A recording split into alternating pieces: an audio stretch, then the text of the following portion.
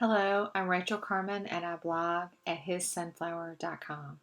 Today I'm doing the final installation, at least for this year, of my early on series for those of you who are about to kick off your homeschool year. And whether it's your first, your 15th, your fifth, however far you've gone down this path, I want to welcome you to another year of homeschooling. It is so exciting to me every year. I've got my planner, I've got my students' planners, I've got my room laid out, but I'm still not ready to go. It seems like there's always so much to do, so many copies to make, so many plannings to do, so many things to read through, sort. It's just endless. And so there just comes a point where it's just time to start, even when I'm not completely ready, like I vowed this year I would promise to be. It's time to start. And there's a little secret that I learned several years ago that I wanted to share with you today, and it's called a soft start. This is where we kick off our homeschool year and we don't try to do it all from the very beginning. We try to just ease into the homeschool year so that it's not overwhelming for any of us. Usually, I am the picture of over enthusiasm, and everything looks possible in August and September as the homeschool year is brand new and all things are made new, and last year is in the past, and I am ready to just start over with all kinds of ideas and excitement and enthusiasm. And I have to find a way to hold that back or overwhelm my kids.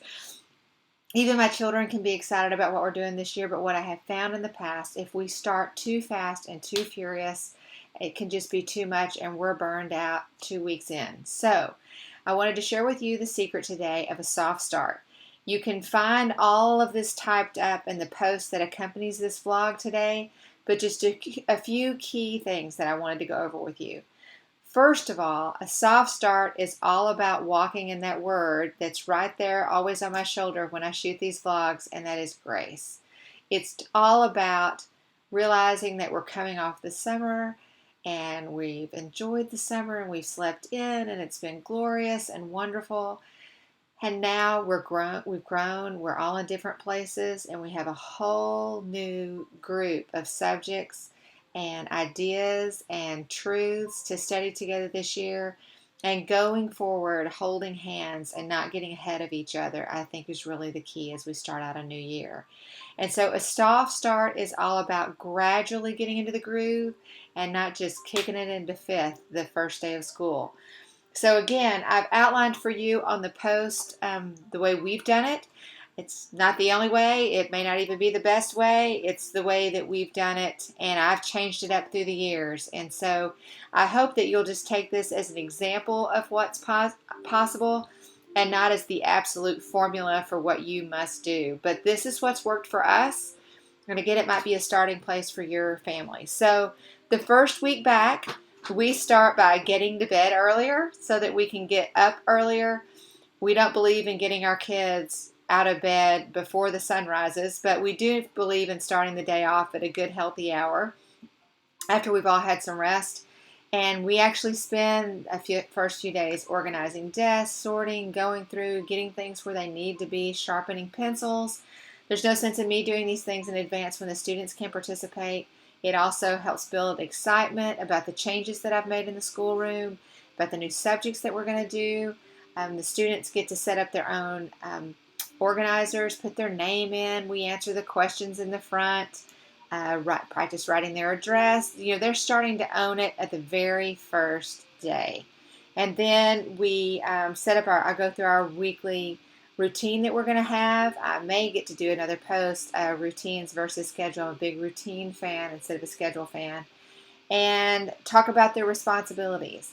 This first week is all going to be about organizing, reviewing things that we've done in the past, and setting up new responsibilities and new goals, because I really want them to own the school year. It's really not me to own. These students have to come to a place where they own their education. And that's what I want to start. The older they get, the more of the responsibility I want to transfer to them.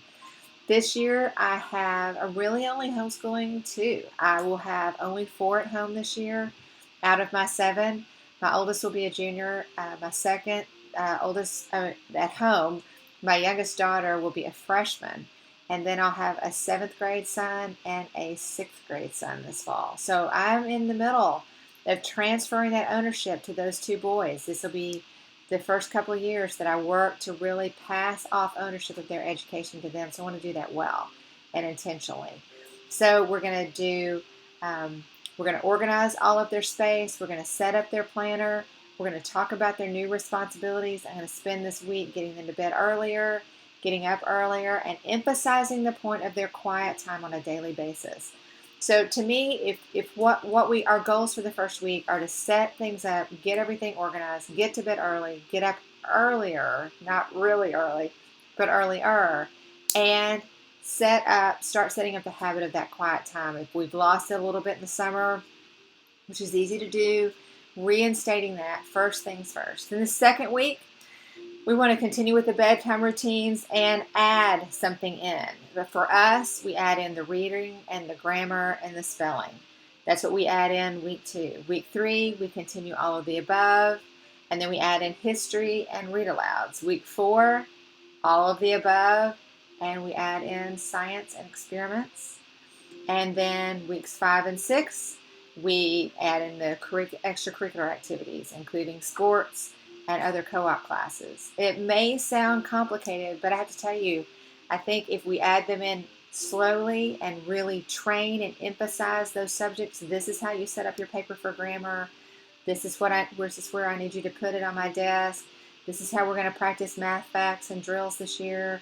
This is where your math notebook is. I think if you really train in those subjects for a week and just add one thing at a time, it really lays a firm foundation for your entire homeschool year where you don't feel like you're frustrated from the very beginning.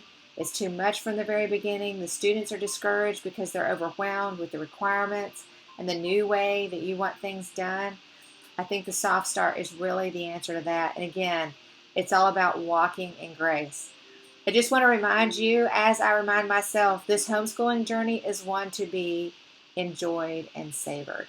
And sometimes it's really easy for us to race ahead in our enthusiasm and overwhelm our kids. Let us not be guilty of that this year. This year, let's do it differently. This year, let's enjoy the journey. Let's savor each moment.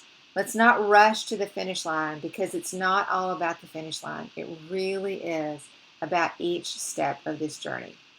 I'm Rachel Carman, and I blog at hissunflower.com.